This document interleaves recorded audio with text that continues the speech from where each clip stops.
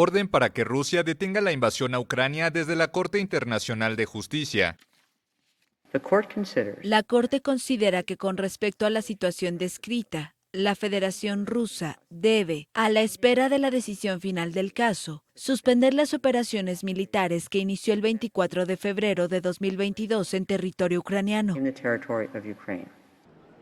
La Corte, con sede en La Haya, dio de esta manera respuesta a un procedimiento de urgencia planteado por Ucrania pocos días después del inicio de la invasión rusa, en espera de un veredicto sobre el fondo del conflicto que podría demorar años.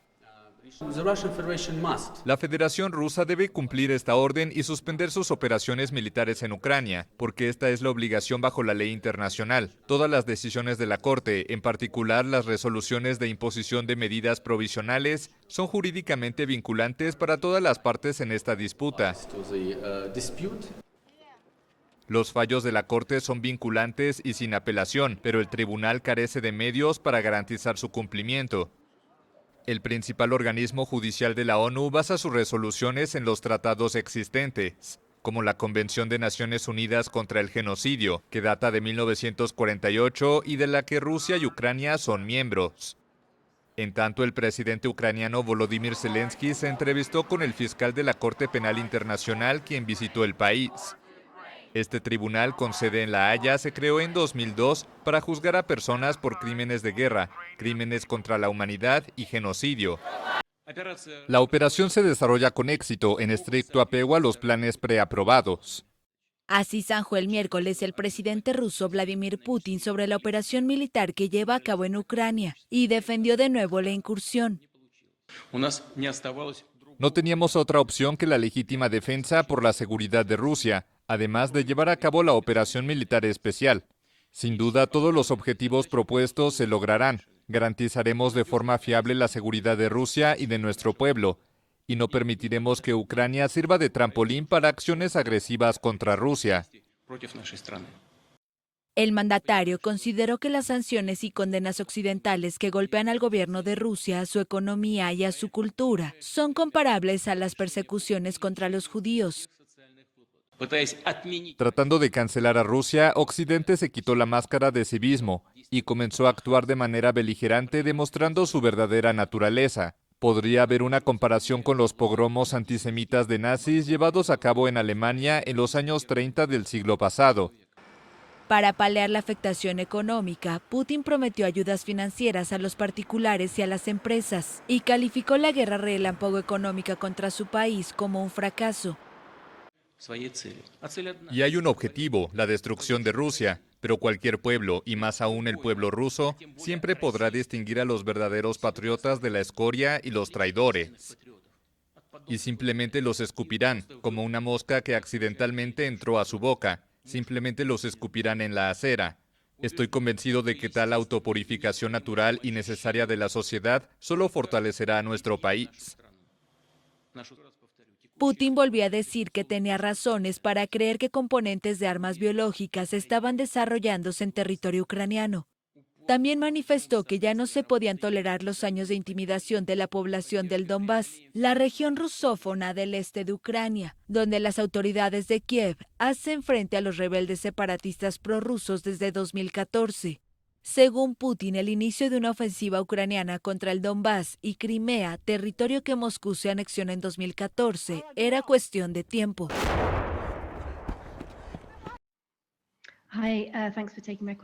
La Organización Mundial de la Salud señaló el miércoles que los ataques contra el sistema de salud en Ucrania no tienen precedentes. Nunca hemos visto a nivel global tantos ataques contra el sistema de salud. Se ha convertido en un objetivo en estas situaciones. Está empezando a formar parte de la estrategia y tácticas de guerra. Es totalmente inaceptable. Es contrario al derecho humanitario internacional. En las 3 semanas de invasión rusa a Ucrania, la OMS ha registrado más de 40 agresiones a instalaciones de salud en territorio ucraniano. Más de 30 han sido contra hospitales y otros centros de salud, además de ambulancias y personal sanitario. Un hospital de maternidad en Mariupol, en el sur de Ucrania, fue bombardeado la semana pasada, matando a 3 personas, incluido un niño. El miércoles, el ejército ucraniano dijo que un ataque ruso golpeó a civiles que huían de Mariupol. dejando muertos y heridos. El convoy fue alcanzado por varios cohetes.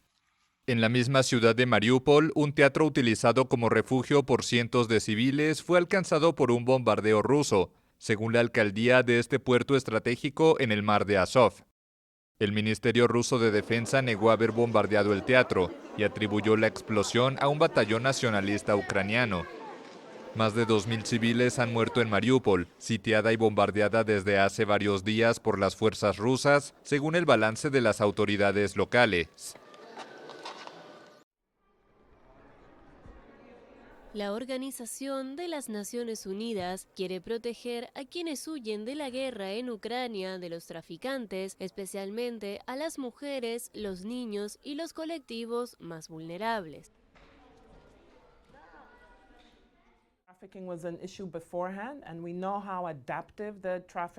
El tráfico ya era un problema antes y sabemos hasta qué punto los traficantes saben adaptarse a las circunstancias para aprovecharse de la situación. Por lo tanto, necesitamos implementar los mecanismos y mostrar que hay acceso a los servicios que necesitan, no solo salud mental, sino también de refugio, también exámenes de salud, asesoramiento de violencia basada en género.